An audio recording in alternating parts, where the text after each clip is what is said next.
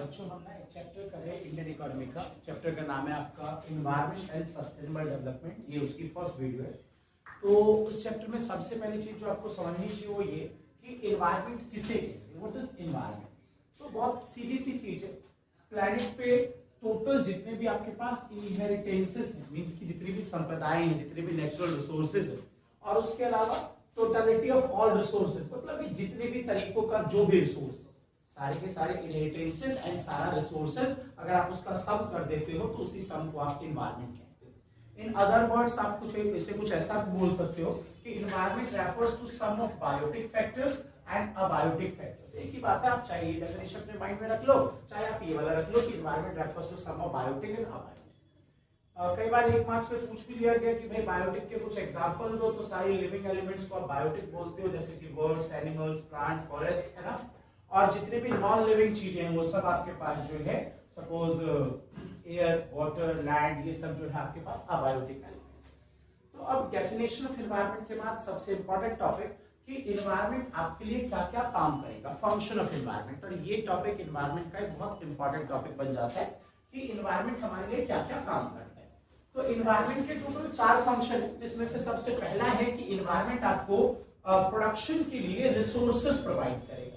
सबसे पहला काम कि जितने भी रिसोर्सेज है प्रोडक्शन के लिए, आपको जो भी रिसोर्सेज चाहिए वो सब आपको कहां से मिलेगा? एनवायरनमेंट से। आप सबको पता होना चाहिए कि 2 टाइप के रिसोर्स होते हैं, रिन्यूएबल और नॉन रिन्यूएबल। आप सबको ये भी पता है कि रिन्यूएबल रिसोर्स वो है जिसका कई बार यूज कर सकते हो, बार बार यूज कर सकते हो। फॉर एग्जाम्पल ट्री हो गया, है ना, उसके अलावा फिशेस हो गए, ये सब रिन्यूएबल रिसोर्सेज है। और नॉन रिन्यूएबल जिसका रीयूज करना पॉसिबल नहीं है, सपोज कोल हो गया, तो कोल जो है नॉन रिन्यूएबल रिसोर्सेज का एग्जाम्पल है। तो एनवायरनमेंट आपको प्रोडक्शन के लिए रिन्यूएबल एंड नॉन रिन्यूएबल दोनों टाइप के रिसोर्सेज प्रोवाइड करेगा। फर्स्ट फंक्शन एनवायरनमेंट का। फंक्शन नंबर सेकंड कि एनवायरनमेंट वेस्ट को एसिमुलेट कर लेता है, मतलब कि जो भी वेस्ट है, जो वेस्ट हम प्रोडक्शन और कंजम्पशन के टाइम पे क्रिएट करते हैं, जब आप कंज्यूम करोगे तो भी वेस्ट क्रिएशन होगा और प्रोडक्शन में भी वेस्ट क्रिएशन होगा, तो वो दोनों टाइप के वेस्ट को जो है एनवायरनमेंट अपने अंदर अब्सॉर्ब कर लेता है। Function number second. Function number third कि एनवायरनमेंट आपकी लाइफ को सस्टेन करने में, सस्टेन मतलब लाइफ को चलाने में हेल्प करता है। लाइफ को सरवाइव करने के लिए 4 बेसिक चीजें चाहिए हमें, एयर, वाटर, सॉइल और एयर चाहिए, वाटर चाहिए, सॉइल चाहिए और उसके अलावा जो है सनलाइट चाहिए। तो ये चारों बेसिक चीजें आपको एनवायरनमेंट प्रोवाइड कर देता है, ठीक है। और अगला और 4th पॉइंट जो है प्रोवाइड एस्थेटिक सर्विसेज, ठीक है। तो ये जितने भी एस्थेटिक सर्विसेज होती है, ब्यूटी सर्विसेज होती है, ये सारी आपको कौन प्रोवाइड करती है? एनवायरनमेंट। जब आप एनवायरनमेंट की बात करते हो तो आप क्या देखने जाते हो? Land, forest, water bodies, rainfall, है ना, एटमॉस्फेयर। तो ये सारी चीजें हमारी क्वालिटी ऑफ लाइफ को इंप्रूव करती है, तो ये सर्विस भी हमें एनवायरनमेंट ही प्रोवाइड करता है। तो एनवायरनमेंट आपके लिए टोटल ये 4 काम करेगा। लेकिन एक बात है, आप समझने की कोशिश करो, एनवायरनमेंट ये कहता है कि मैं आपके चारों काम कर दूं, लेकिन ये चारों काम मैं आपके लिए सिर्फ तब तक ही करूंगा जब तक आप ये चारों काम मुझसे मेरी कैरिंग कैपेसिटी में करवाओगे।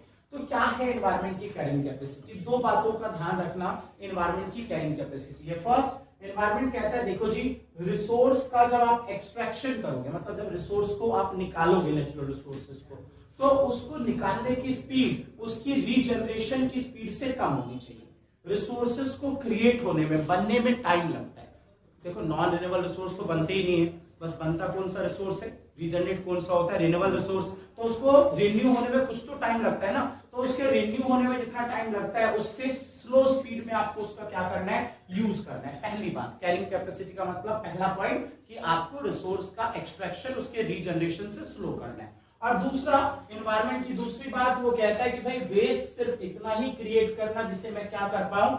अब्सॉर्ब कर पाऊं, मतलब कि मेरी कैरिंग कैपेसिटी में वेस्ट क्रिएशन करना। अगर आप इन 2 बातों का ध्यान रखोगे तो एनवायरनमेंट आपके लिए हमेशा ये 4 फंक्शन प्ले करेगा। अगर आप इन 2 बातों का ध्यान नहीं रखोगे तो एनवायरनमेंट आपके लिए चारों फंक्शन करना बंद कर देगा, उल्टा आपके लिए एनवायरमेंटल क्राइसिस क्रिएट हो जाएगा। और अगर एक बार आपके यहाँ पे एनवायरमेंटल क्राइसिस आ गया तो फिर एनवायरनमेंट जितना आपको बेनिफिट नहीं दे रहा है उससे कई टाइम ज्यादा एनवायरनमेंट आपको लॉस देना शुरू कर देगा। और इसके लिए हमने एक टॉपिक कहा है कि opportunity cost of negative environmental impact are very high. मतलब ये कि एनवायरनमेंट का जो नेगेटिव इंपैक्ट है वो बहुत ज्यादा हाई होता है।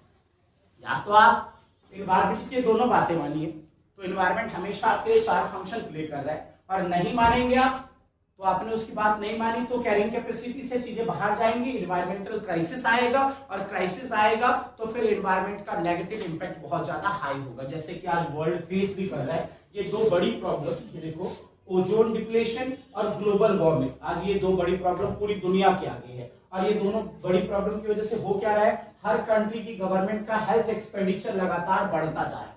और एक और बात, एयर एंड वाटर क्वालिटी भी खराब होती जा रही है ना, तो इसकी वजह से भी दुनिया का हर देश जो है बहुत हैवी अमाउंट में हेल्थ पे एक्सपेंडिचर कर रहा है।